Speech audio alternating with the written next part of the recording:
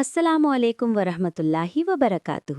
آج ہم بنانے جا رہے ہیں لذیذ اور گرم چکن سوپ جو سرد موسم میں جسم کو حرارت اور دل کو راحت دے گا۔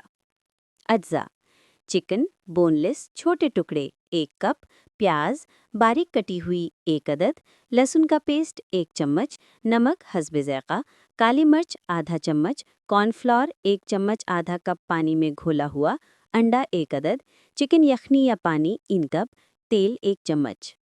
ترکیب: کڑھائی میں تیل گرم کر کے پیاز اور لہسن کو ہلکا سنہری کر لیں۔ اب اس میں چکن ڈال کر چند منٹ بھونیں، پھر چکن یخنی، نمک اور کالی مرچ شامل کر کے تقریباً 10 منٹ تک پکائیں۔ جب چکن نرم ہو جائے تو کارن فلاور والا مکسچر ڈال کر ہلکے ہاتھوں سے چمچ چلائیں تاکہ سوپ گاڑھا ہو جائے۔ آخر میں پھیٹا ہوا انڈا آہستہ آہستہ ڈالیں اور مسلسل چمچ چلاتے رہیں۔